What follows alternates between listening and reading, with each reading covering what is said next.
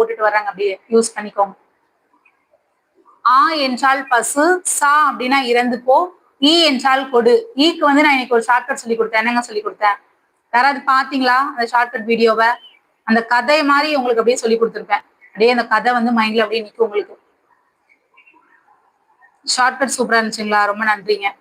C என்றால் இகழ்ச்சி, ஊ என்றால் ஊக்குமே வந்து சொல்லி கொடுத்துருப்பேன் இல்லைங்களா? ஊ என்றால் இறைச்சி, சேனா உயர்வுங்க, ஏ என்றால் அம்பு, அம்பு அம்பு ஏயக்கூடியது, சோ அப்படின்னா மதில். சூப்பருங்க, very good very good.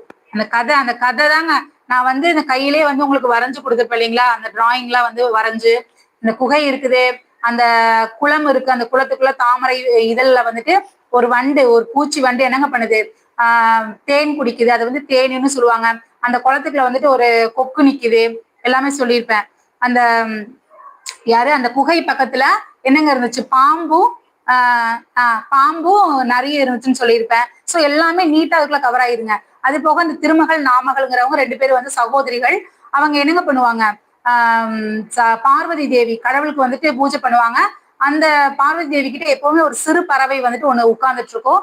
Indiran வந்துட்டு என்னங்க பண்றாரு, வில் எடுத்துட்டு வந்து விடுறாரு.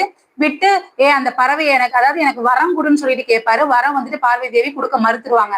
அப்போ அங்க வந்துட்டு என்ன அப்ப அவர் வந்து அவரோட இந்திர வில்ல வந்து தூக்கி விட்டு அந்த பறவையை வந்துட்டு கொன்னுடுறாரு, அழிச்சிடுறாரு, அம்பை விட்டு அழிக்கிறாரு. அதனால அம்பு அழிவு அப்படின்னு சொல்லியிருப்பேன். எல்லாமே கவர் ஆயிடுச்சு இல்லைங்களா?